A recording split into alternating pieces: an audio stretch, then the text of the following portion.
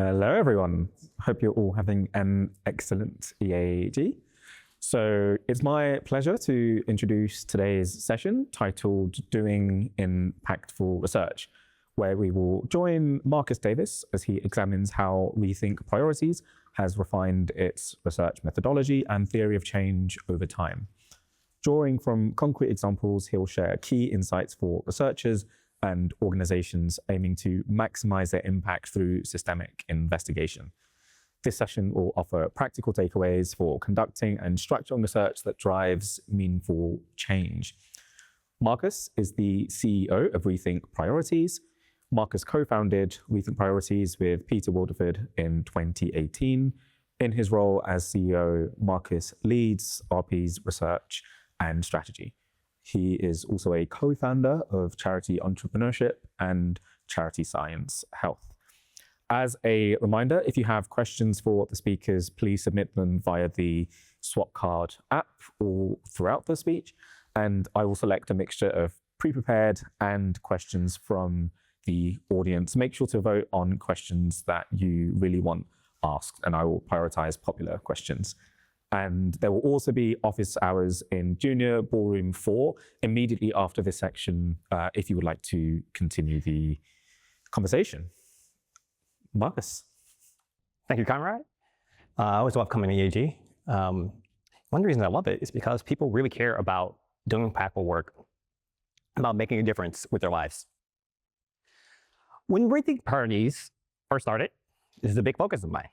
In 2018, we started off, the very first project we did was on the cost effectiveness of researching and developing vaccines.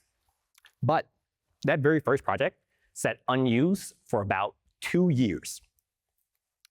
Before, a big foundation that we were close to, that we knew about, that was interested in this topic, took it on. And the reason this was the case is because they did not know the work existed. Why? Why, you might ask. And the reason is we didn't particularly focus on doing research targeted at particular grant makers, targeted at particular actors. We certainly didn't think, hey, given a particular actor, how should we communicate best to them? Sometimes, thinking about this incident and thinking about times where I talk to other people about Rethink Priorities, they'll tell me, hey, I think Rethink Priorities has had a lot of success because you've been good at picking the right projects or picking the right project at the right time. And I definitely think this is a part of what's made us somewhat successful. But I think more often, much more important, is that we have targeted our research to shape impact in the real world, to shape decisions that people actually face, and to tie that work into a communication style that fits the audience. So, RP, as you may be aware, we do research. I think we're fundamentally in the business of doing good. I think that we try to target our work to be focused on policymakers, on grant makers, on charities, people trying to improve the world in any way. And we try to make that work as decision relevant as possible to them. So over the years, we've worked with individual grant makers, individual donors, people who are giving whatever amount they have, but also really big organizations like GiveWell or Open Philanthropy who are giving tens of millions or hundreds of millions of dollars per year. And I think to the extent we've had, we made a difference in that grant making, in people's decisions, in charity starting or stopping or strategic choices, and in some cases, policies implemented by governments.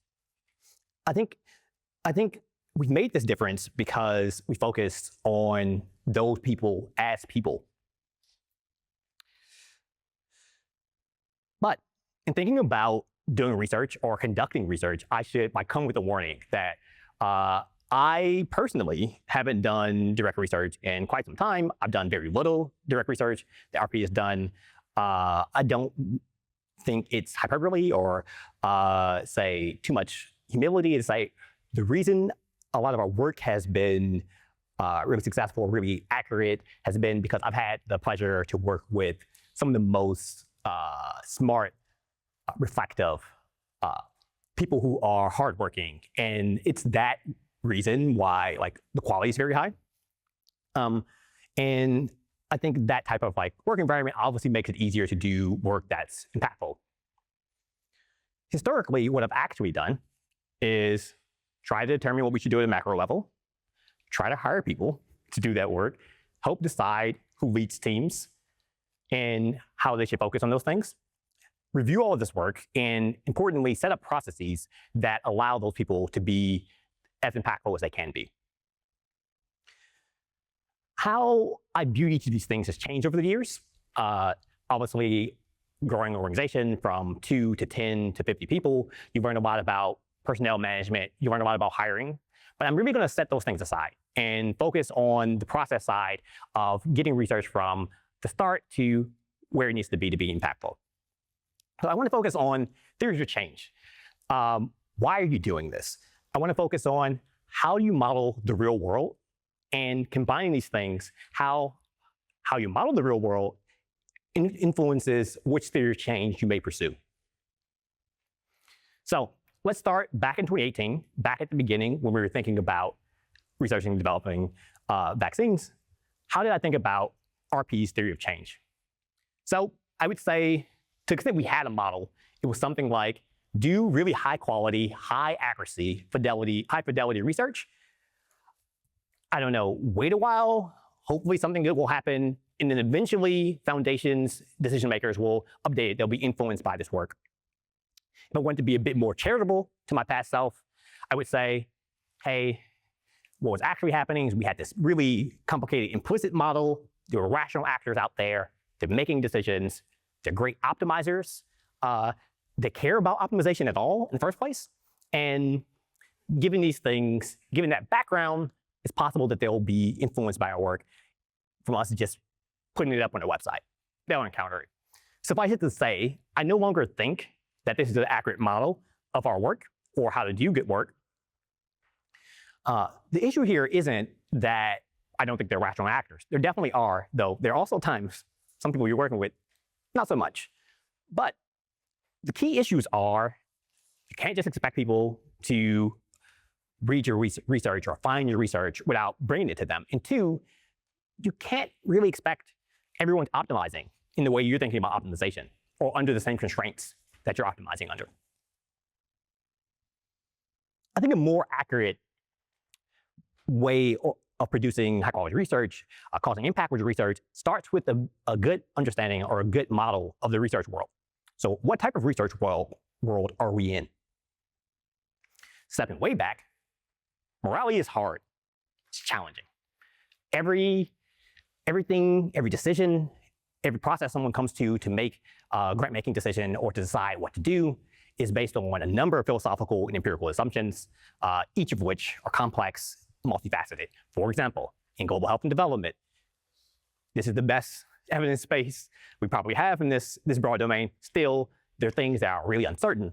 You might have a really good model of what the burden from certain diseases are, but you might not have a good model of, say, how lead poisoning affects cardiovascular health, or how, say, that compares to how other factors play into cardiovascular disease. And that's just the empirical side. So people have different answers about this, but holding that aside, philosophically, okay, you're a global health and development decision maker. You need to decide how you want to, say, trade off between the lives of young children versus the lives of adults, or how to trade off between improving cardiovascular health and saving lives. There's no easy way to answer those questions, and how people view them changes their behavior. And how it not just changes their behavior, but changes like the framework they're working within. To compare this moral landscape to thinking about the for-profit space, you might say, hey, imagine if you were thinking about working in the for-profit space, but you had no access to objective indicators. You didn't have access to bank account statements. You didn't have access to stock prices. We only have approximations in the world of doing good for the things we care about. There's no obvious units to cash things out into. This changes the way you can think about how you can do good. Or maybe this is actually all too generous. That's thinking about a single actor. If you were, say, thinking about the space as a whole, you might imagine you enter a large gym. It's a big rec center. There are thousands of people in there, thousands. They're all playing different games on overlapping courts. But you're then told, okay, you have to do research on effective strategies to win the game. The game is not specified. Even if the game was specified, you don't know what it means to win. You don't know how you can even determine who is winning. Outside the gym, you notice there's a small group of people arguing very intensely about which game to be played, which game should you be playing, how should you think about it, what's the correct way to win. Eventually, you may notice a few of the people in the gym are actually very wealthy, and they funded different people to play on different teams inside the gym. And there are other people who are like volunteers. There's some people who are co-ops who are putting in their own money doing this. It's against this type of backdrop you set when you're trying to determine how to do research to improve the world. Now, this may all sound very cynical. It may be very disheartening, but this isn't to say all is lost or that there's no better or worse ways of doing good. I definitely think there's research that can do good even against this type of context. It is to say that normative and empirical uncertainty, that is what game you're playing, how you determine that, how you're thinking about that, shapes the decisions that different people make. That it frames how you view what good you can do and why. Different people, even people working very similar spaces, will have very different assumptions. They'll have different empirical assumptions. They'll have different philosophical assumptions. They'll have different preferences about how to communicate with them. And this is all ignoring structural factors like what does their boss think, right? So let's start again. Thinking about research or thinking about theory of change in a way more up to date with how I think about things now, or how RP thinks about things. This is a simplification of our current theory of change. The details here actually aren't all that important. What is important is the first step, much like before, is still about doing high quality research. We're a research organization, right? That's not surprising. What might be surprising is all of the other steps are about refining our approach, are about communicating with the outside world and how those things interact with what research we do and how we conduct it. So moving back to our earlier framework, you might say the way we do research now, the way we think about things is having an accurate model of the world. Step one, like have a good accurate model of the world and you can help you do good. Okay, then you can say step two, having such models is really helpful for helping some people, really important, do good more effectively. And finally, effectively communicated research is a way to deliver such models to those actors. So thinking about this, you will note this is much more explicit about the communication method how we get things to people. It's much more explicit about what steps we have to take and why. One of the biggest mistakes we were making was just the belief that if you just put things out there, someone will update on it. And it turns out, at least in my experience or in our experience, this is just not true. You really do need to spend a lot of effort and time in thinking about people as people and how to change their behavior. This is true even if you're very confident in thinking we've selected the right projects. And often you're not going to be very confident that you have selected the right projects. But I think this updated model even still hides a lot of assumptions that people make when thinking about what research to do. Some of the most important work or principles behind having impact is still hidden by this, and I want to take some time to consider those principles. So I want to say each client is different. Like doing impactful research means influencing people, and each client's going to be different. Each client you work with has their own foibles. There are no perfect clients. You're also not perfect. That's really important to remember. Effective research is done via effective communication. I'm going to take these in turn. So thinking first about each client being different. So generally speaking, RP does research, I think, tries to use high quality evidence and tries to take reason-based analysis and use that information to update people's behavior. But we have very much focused on targeting that at particular people. The style of research we conduct varies based on how much time do we have to do this? How relevant is the question? How many people could update on this? How valuable do we believe the answers are? And so on. Like, what type of outputs this leads to is obviously contingent on all those prior questions. That context is generally just very crucial. In thinking about format itself, like the format, what output should you produce? Sometimes what you want to do, starting for RP, sometimes you want an academic output. You want something that's in a journal because you might need the academic credibility. It might be the person you're interacting with only cares about academic credibility. It might be this is the best way to prove that this is actually accurate because this is the best way to get peer reviewed. Many times, what RP actually wants or needs is to produce research and output that is the format that the person who is reading this or going to have to update on this is actually just most used to. So sometimes that's not written work at all. Sometimes it's a presentation. Sometimes it's a one-on-one. It's a phone call. It's a video tutorial going over how to do things. It's a walkthrough of some tool you've built. Yes, you need to have asked the right questions. You need to have tried to answer them accurately. But all this is like coming to the right answers is important, but it's not a guarantee that anyone's actually going to do anything at all. Being right isn't going to help you. No one's going to come down and say, actually, yes, you're technically correct. So this is the way you can actually have impact. You need to actually have them engage. Which brings me to thinking about people as people with strengths and weaknesses. There are no philosopher kings or homo economicus clients. They're people who are like very well-intentioned, the best intentioned people you will meet, who care a lot, who are very well informed. They often have very busy schedules and not much time to engage with you.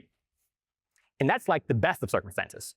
Sometimes, other times, perhaps many times, you're engaging with someone who may lack critical background information. They may lack your same assumptions about the world. And most clients are going to have some mix of these things, right? It's your job as a researcher to bridge these gaps, to have them be able to understand how your research is relevant to them. And in thinking about bridging those gaps, as Richard Feynman once said, you must not fool yourself, and you're the easiest person to fool.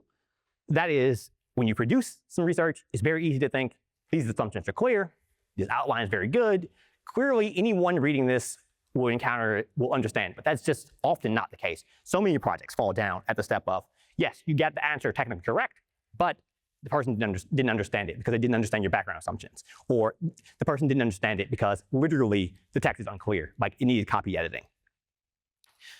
This isn't to say, of course, that I think you're in a privileged place. I definitely don't think I'm in a particularly unique spot from a vantage on high in which I could say, yes, I have the right answers. But importantly, I don't think the people you're necessarily interacting with are in that type of place either. Each of us comes as people to these projects, doing the research or receiving it, as people with different beliefs and assumptions and some limitations. You need to catch people's attention with your work often. You should make your research easy to follow because, again, they're not homo economicus, they're not scanning through your entire report necessarily. And you need to reach people sometimes in a way that they can consume your work without spending hours upon hours scrolling through sources or clicking through things that we just might not have the time to do. The best way of getting people to engage, though, is to have people engage before the project starts, to have them committed at the project plan stage. When you're thinking about doing your project plan, you go, hey, reach out to someone and say, hey, what do you think about this? What are your actual decisions? How are you thinking about changing your behavior? And take their feedback in and update your plan. Once you've actually started the project, send them an early draft. Say, okay, given you said this before, does this still meet your expectations? How are you thinking? Which particular questions or sub-questions seem interesting to you? But remember, people are people. Just because someone says this will update their behavior doesn't actually mean it will. This isn't because certainly not because people are lying, but because, hey, sometimes people are wrong. Most people you're influencing are not necessarily going to be the person or the people who funded the particular research. still, even if they were, the customer, in some sense, is not always right. Sometimes you need to use your best judgment, understand what framework they're working with, understand the general decision-making environment, understand, hey, this person says, I'll be able to update my behavior, but you know from past experience, their boss won't let them do that. Without clear and effective communication, you won't find these things out. You might as well be doing your research in a diary. No one's going to read it. No one's going to know. You're only as effective as the people you have engaged to read and understand your research. And you may be trying to reach people in very different stages of their career or very different backgrounds. You might be trying to reach a policymaker who's literally never heard of your topic and they have 30 minutes to think about it. Or you might be trying to reach a career academic who's an expert in the field who's never heard of your approach but needs to come up to speed very quickly. Or you may be trying to reach a grant maker who has commissioned a report, or someone else, a grant maker's partner, or a different grant maker who didn't commission the report. The report involves lots of statistical analysis, but they haven't read anything on stats since undergrad, or they haven't had science class since high school, and you still need to reach them. How you approach these audiences, all of these different audiences, will vary based on this information. It should vary based on this information. There are very few unifying, overarching, yes, you must do this in presentation to your clients. As if to make my point, in this crowd, I think a lot of people are pretty familiar with reasoning transparency. That is, laying out all your assumptions pretty clearly, often very much above the fold. And in that context, it's often the case of like, well, this is how things are done. And this is great. But if you were presenting your work to, say, a policymaker or a grant maker at a large foundation, they may have never heard of this type of thing. They may not be familiar with that approach. And they may take all of this as extremely strange. They may never consider, hey, you're hedging this way because you're trying to be really transparent. They may take that as a sign you don't know what you're talking about and just close the report. As an example, both of these reports are things we conducted, our global health and development team conducted last year. On the left is something very much in the reasoning transparency style.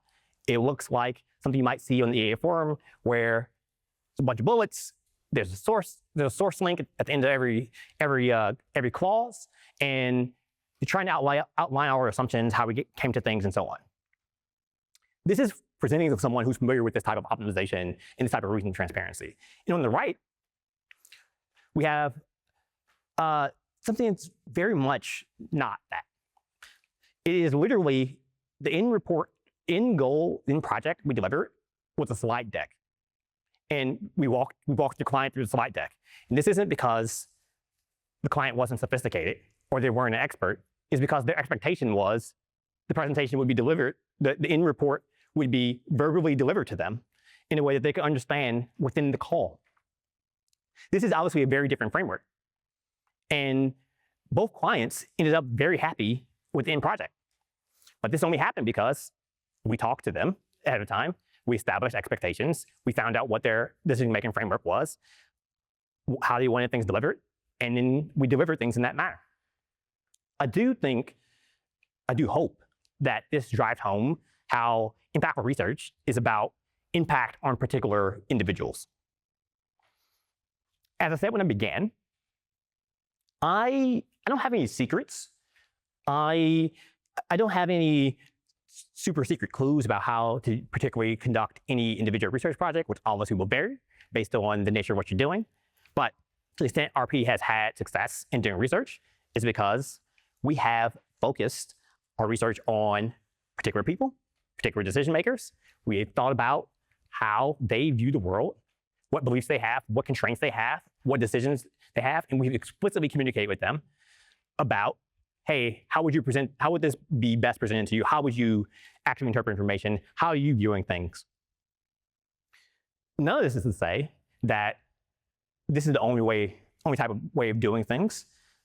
But one type of criticism you might get of this is to say, hey, how can it be the case that you really seriously update someone's beliefs or move someone on some foundational claim they have if you're always talking to them in this way that's kind of getting their input, getting their beliefs in place? Wouldn't this be a constraint?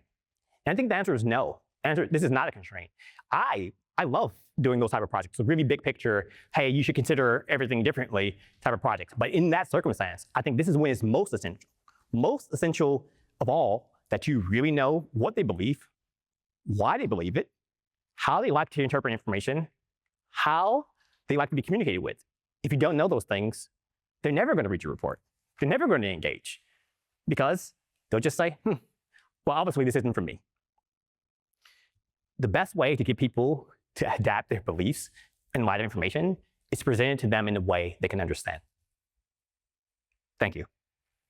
Firstly, thank you so much, Marcus, for a really insightful talk.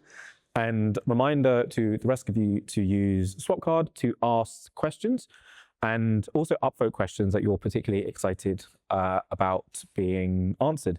I will typically prioritize those questions which are most popular. But we'll start with a couple questions that I have. So firstly, you didn't get into it too much, but how does Rethink actually decide what projects to work on? We have a very long time to answer this, right? So I think it varies a lot. Over the years, we've gone through different prioritization processes. When we first started, we were a small team, and I was personally looking at a giant spreadsheet, considering projects on all under the sun, like everything we could possibly consider, having a bunch of factors, using weighted factor models, having some score spit out the other side, and trying to go, okay, given we think this of this project and we have X funding to support it, which of these things can we actually go forward with? As we grew and built teams, this type of thing less makes sense. We may move more towards teams having particular strategies, having views about we have this particular strategic advantage. And from within that strategic advantage, you have the ability to accomplish X, Y, and Z. Here are some projects that help accomplish X, Y, and Z. And that's been much more of the way we have conducted research prioritization or project prioritization over the last couple of years. And I guess I would add to that there are other constraints. So you might think, hey, this is really great. It'd be great if we did this project, but there's no funding. Maybe we have some unrestricted funding, perhaps sometimes to put up with those things. And other times you might think, we don't particularly, from first principles, we didn't come up with this project ourselves, but we are in a consulting relationship with some large client and they care about this project. And that actually is a great signal that someone presents a project to you like, hey, can you do research on this project? It's a great signal that they'll actually update because they're paying you to do it. Like they're putting your money where your mouth is, so to say. Awesome. Thank you so much. Another question here is, how do you actually present research to people, particularly when you're limited in time and they haven't seen much of anything relevant to the research beforehand?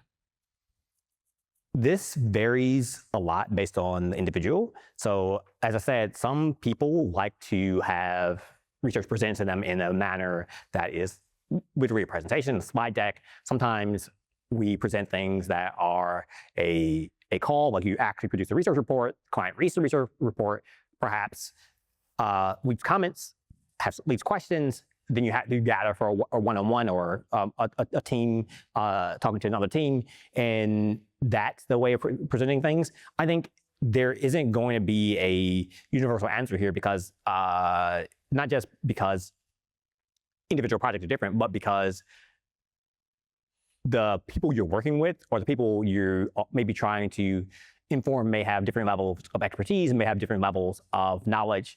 And the principle that drives how we present it isn't, okay, in general, we'd like to do X, unless X is be clear and understandable to the target audience. So it really depends heavily on who we're working with. Awesome. Yeah, this makes sense. And I think this is a nice segue to an audience question that we have here. Yeah, there is this big through line of tailoring your approach to the worldviews and interests of decision makers and whoever you're doing the research for what is the actual framework or mental model that you use for establishing the communication styles or thinking through the constraints and beliefs of decision makers that you're targeting research towards? Do you have anything formal, like a reliable process for thinking through this?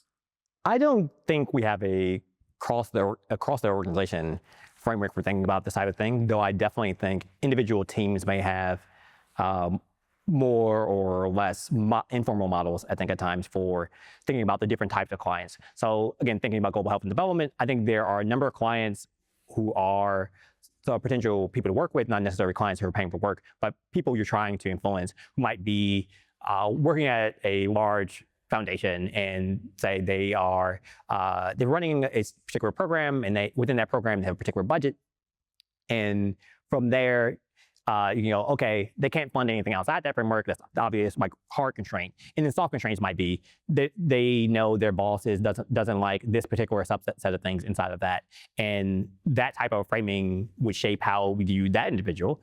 And I think that type of framework is pretty typical for, I think, some global health foundations. But then there are others, say we're working with, I've used the term thinking about at a broader framework, you might think about something like global optimizers and local optimizers, where a global optimizer is the aggressive, in some sense, give well sense of like anywhere in the world any harm is done, we want to maximize the reduction in the amount of harm done. So to be the most cost effective we can across all possible interventions in all possible geographies.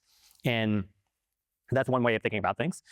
A different way of thinking about things that you're often working with a foundation who works on a particular subject, maybe for expertise reasons, or maybe because the person who originated, you're just really fascinated by that domain. And they may still be optimizing, but not optimizing across all possible locations. They may be working in a particular sub-region or a particular location, and they may be, say, more thinking about, okay, how can I do the best within HIV eradication, or how can I do the best within interventions that are designed to improve people's incomes? And that's a different type of thinking. It's not necessarily the case that you might come to acquire that people who are working with the more global optimization, if you work with them, you're necessarily going to be more cost effective. But that, I think we can't really get into it, but mathematically, I think that just turns out not to be the case. And moving someone from $50 per, disability adjusted life year, which is a proxy for understanding how much harm you're preventing. Moving someone from $50 on this scale to $49 isn't necessarily better in the amount of good you do than moving someone who might be at 300 to 200. It depends a lot on how much money they're moving, how likely you are to change their minds, and there's no easy way of gaming all that out. Moving back to the broader picture, I would say that this type of implicit or explicit understanding of modeling how different actors think about the world is sometimes really necessary because there are a lot of actors in the global health space, but in other times, say in the animal space, I think it's just less actors, and you often might just well, I know how this particular person behaves, and there's not going to be a lot of generality from that. This makes sense. And I guess a quick follow-up there, it seems this meta skill is really important because there are no kind of standard frameworks or generalizable techniques for thinking through this. So how can somebody improve at thinking through the relevant interests and considerations and different types of stakeholders? How can you get better at this kind of meta research skill? That's a hard question. I'm not sure. So I think one thing over the years we have in fact done is talk to a lot of different stakeholders. So I think that has shifted our understanding the space. I guess the first step, as often is the case, I would say try to be open-minded about who you work with and how they're thinking about things. I think it can be easy to suspect or to think that people who aren't necessarily that similar to the way you're currently behaving are doing something necessarily wrong or not thinking things clearly. But if you do reach out to a lot of people and engage them on how they're making decisions, you can come to better frameworks for how your work could potentially play an input in their decision making or not. There have definitely been times, I don't want to give the impression that everyone's actually influenceable. There are times where I've worked with, did not work with someone because they said up front, like, hey, the thing we're looking for is like you to prove I'm right. And in that circumstance, like, oh, my model is you actually don't care about this at all. And that is a thing you have to be open to. But the general background would be someone has to like demonstrate that that's the case through their behavior or through their past behavior or their statements, and not just assume that because they think differently or aren't addressing things the way you are, that they're not possibly influenceable. And once you have that as a background assumption, after talking to people, you get the most information about what their actual constraints are. Just directly ask them, like, what are your constraints? And to the extent the more theoretical questions are relevant, you can ask those as well. Like, how are you thinking about making trade-offs? So the example I used earlier was taken pretty directly from GiveWell, which has a big spreadsheet that says we think about saving children under 5 as X valuable as saving adults over 30. And a lot of decision makers implicitly are making some choice there, and you can ask them explicitly, why are you doing this? What do you think about this trade-off? And even if they haven't articulated something in advance, if it's actually directly relevant to the question, to their work, they are often happy to answer that type of question. Awesome. Thank you for such a comprehensive answer. And I think relatedly on this theme of stakeholder management, we have a couple questions here. One being, how do you actually mitigate the information loss that might take place when adapting results to different types of stakeholders? This is tricky. I think I don't want to fall into an it depends for every conceivable answer, but this really does depend. So what are you trying to communicate?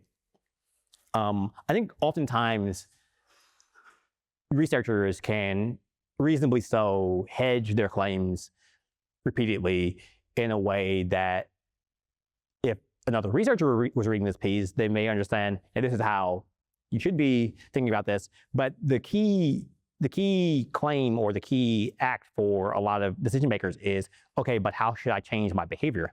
And if you were, say, to describe over a extended series of paragraphs all the reasons, all the inputs, all the changes and why, that may not actually address their fundamental question, which is, okay, should I change this policy or not? Do you want me to sign this bill or not? And sometimes the decision is really like a yes, no, on off switch. And through all your hedging, through all your information, you come to some general stance on that on off question. So sometimes that's the case.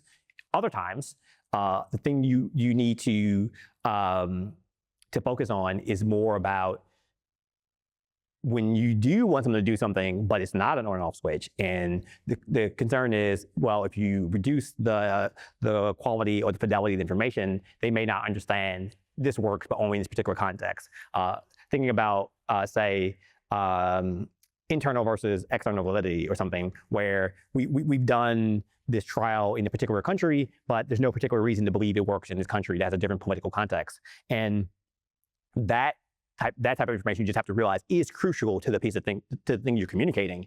And as such, be sure that that is still communicating, even if you're not covering all the reasons why you think this. You don't need to get into, yes, this was done via synthetic control trial, and this other one was done via a series of RTTs and a meta-analysis, if the ultimate answer is hedge in this domain, don't hedge in that one. This makes sense.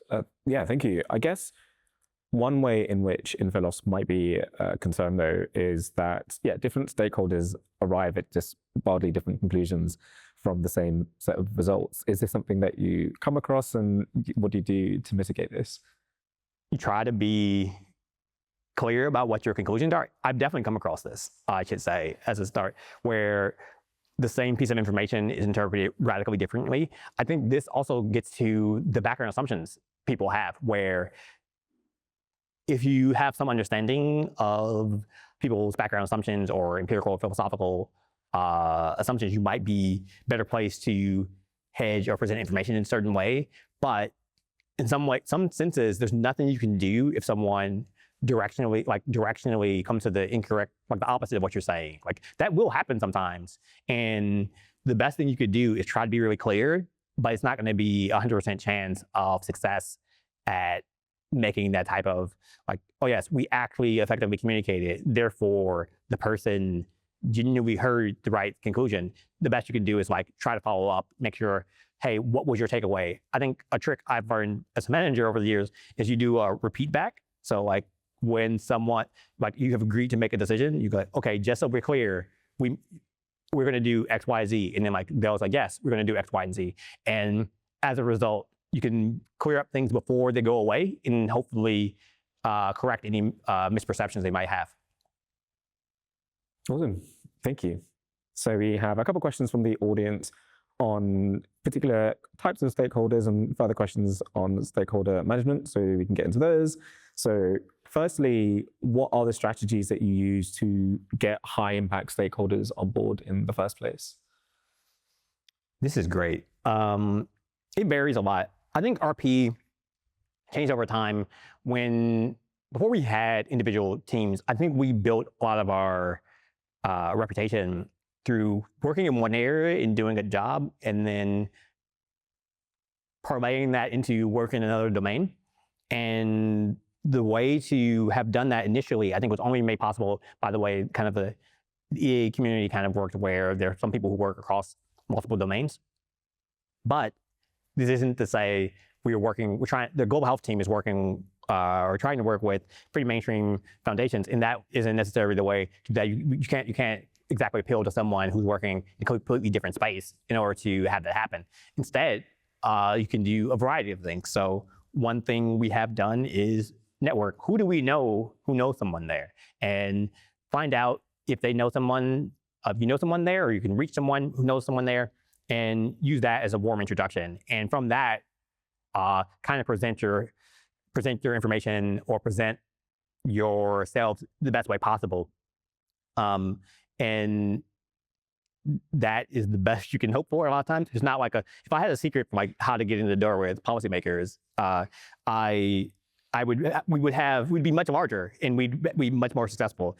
But it's the case that you can use your networks pretty successfully if you are strategic about who you're trying to reach out to and who might be most receptive to the type of work you're doing in any given domain. Awesome, thank you. And yeah, so how do you integrate traditional academic research taking place in universities? For example, co-authoring, consulting, citing, what does that look like? Yeah, citing is perhaps the least interesting. And I'll start by saying, citing research, straightforwardly, I run a big research organization. Not only do I want the work to be accurately cited, I want it not to have link rot. Like I want to be able to track this down the line. One big thing about doing research is it's so often the case you can't track down where some particularly great literature research that's not academic, you can't track down why they thought this because the links are broken. And like I insist that we don't do that. So like that's straightforwardly like the easy one. We try to think very clearly about like citing research accurately and then making sure it's actually accessible down the line so someone knows why you reach your conclusions. Thinking about co-authoring or thinking about publishing academically, I would say co-authoring, much like other options, or publishing academically, is a strategic choice about will doing this be more impactful. Now, having said that, it's pretty easy sometimes to get trapped in the short run, on a scale of 6 months to 1 year or 2 years. The best thing to do would be to publish something in the great literature and kind of ignore academic authorship. And maybe immediately on this decision that's being made in the next 9 months, that's the best way of going about things. But it may be the case that it's much better in the long run, obviously much better for access or for people who are not looking into great literature to understand what you have done. And often the best way to do that is to publish in a journal. We have done research projects that from the outset at the project plan, we realized this would be really important to have published in a journal. We want academics to take up this work, and we try to bring in academic co-authors. This has happened across spaces and, across course areas we've worked on. And right at the outset, decide, okay, who's a good possible co-author, try to reach out to those parties, then try to get the work published in the appropriate journal. And once it's out, maybe to maximize impact, you might think about also having a blog post version that's not written for academic experts on the topic. So you might want academics to care about it, but you might also want people who are not academics to care about it and read and update based on it. So there'll be additional portion of the research that's the more mainstream version. Makes a ton of sense. Thank you. And yeah, here's a question I think is particularly interesting. When do you suggest that funders should outsource their research to an organization like Rethink versus keep it in-house? This is when do I suggest to funders themselves directly? Or like in principle. Okay, in principle, the answer is easy, like when we do a better job, like that's when they should rely on. But in practice, you can't just like say, we think we'll do a better job than your team, or we're particularly well placed. So I think there are a couple of different scenarios under which this happens. So one is talking to foundations and they have some big problem. Perhaps they have a staff, but they have limited staff time and they have additional questions they'd like to see answers. Like, hey, rather than you doing 3 hours of work on this, let's help you on this. It's a big problem. It's an important part of your answer. Maybe we can do 20 or 40 hours of dedicated research time on this, and that would help speed you up on this problem that you otherwise wouldn't get to perhaps for 6 months, depending on foundation circumstances, sometimes never. So oftentimes you can pitch on the idea that you're never going to do this, right? Or you can't do this, or you can't do it at a high quality enough given your time constraints. There are other times, depending on which funders you're talking to or which actors you're trying to influence, it just straight up is the case that they don't have the expertise on the topic, and it's a hard conversation. So it's a question of navigating how best to relay that information or how best to has this happened. One thing you can do, though, in those circumstances is don't come out the gates pitching, hey, you have to fund this project. You can demonstrate competence and reliability to them by just doing a project that is useful to them when they weren't paying. And they will realize after that has happened, actually, this is much better than we could have produced, and therefore look to you as a potential partner in the future. This has happened, I would say, many times. Awesome, super clear. Yeah, a couple more questions for me. One, how do you actually become a better researcher, all things considered? What are the things that I should be doing if I'm interested in upskilling as a researcher? This is very difficult for me. I would say, I'm sure there are things you should be doing. What those particular things are depends on so much on the context of what type of research you're doing. If you're doing research that involves a heavy amount of statistical analysis or the use of programs like, programming languages like R or Python or something, maybe the best thing for you to do is to experiment and play around in that type of programming language and to do particular new projects or expand your bounds, learn how to make charts the right way or implement some new technique that you've not seen. I would say, but this is obviously only applicable to that type of context. In other contexts, the best thing to do is to learn new research methodologies, to read widely in the space you're working in, or in general, this is a general lesson, I would say. I definitely think I've learned a ton about how to do research effectively from trying to read widely across different disciplines and seeing, learning new techniques for attacking problems. And you start to identify things that happen outside the space you're currently working in can be irrelevant. Now, obviously, this can be inefficient if you're just reading randomly. But if you find people who rather consistently bring interesting information to you from outside your space that's relevant, you can keep going back to that well. But this is not. I feel like this is not generalizable advice. It depends so much on what your information environment's like, or what, or how likely that type of thing is to make a difference. The biggest thing to do is generally just practice doing research projects, just do research projects of the kind you'd like to do and get feedback on that project. Get feedback early at the project planning stage, get feedback through initial draft, get feedback after it's done, and then try to do it again and try to do it on a new topic. And through that process, you learn a lot about how to conduct research. You'll learn a lot about, oh, actually, this particular technique could have worked better for addressing that problem. And maybe you weren't familiar with that technique until after someone suggested it to you. I think that type of thing is very relevant, but it's, that's basically like the slow winding, try it a bunch of times. Awesome, thank you. And there are a couple of questions here on, I think, a very similar theme. So I'd like to jump to those. I think the first is, what are the selection effects for either what to research or how you research based on having to communicate research effectively? So the question here is essentially, are there topics or methods or approaches you should avoid because of the way it complicates communications, and vice versa, things that you should be particularly excited about because the comms landscape is very promising? I don't think so. I think there are probably times where a particular audience is familiar with a particular technique, but I feel like I almost never would make a methodological decision based on that type of thing. I feel better about attempting to explain the methodological decision you made. Now, of course, increasing the complexity on what methodology you're selecting doesn't necessarily improve the rigor.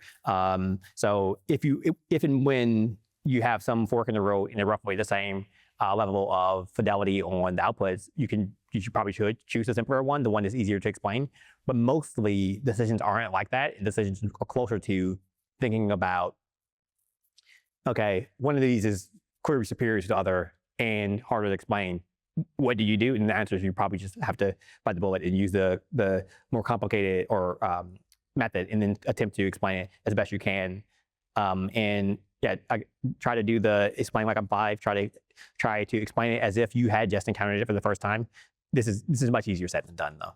Yeah, this makes some sense. I think it nicely segues into this other question, which is, what are the actual trends that you've seen for which cause areas or organizations or stakeholders prefer which types of intakes, which types of communication strategies, etc., to the extent that you can say? I don't think I can say there are particular trends I've noticed. I think there are particular actors we have engaged with over the years that have a particular viewpoint where they really want information in a certain way. But I would say, to the extent I think there are trends, it's probably towards trying to explain things as legibly as possible in a shorter way as possible. But I don't know if that's a trend. And I also would say a big caveat here is RP is not representative of the broader landscape. So the particular project we're working on in the particular college areas isn't necessarily representative of those college areas, let alone the wider research space. So I'd be hesitant to say, oh yes, people are, I guess the kids these days, they all want things in slide decks, but like, it wouldn't be accurate even if I could make that claim about RP itself. Brilliant. And we have time for one final question. So I'll pick this one. Yeah, do you think the current US administration has changed changed how we interact with policymakers? And do you have any takeaways or thoughts there? We don't have enough time to get into all the ways the policy landscape has changed based on the current administration.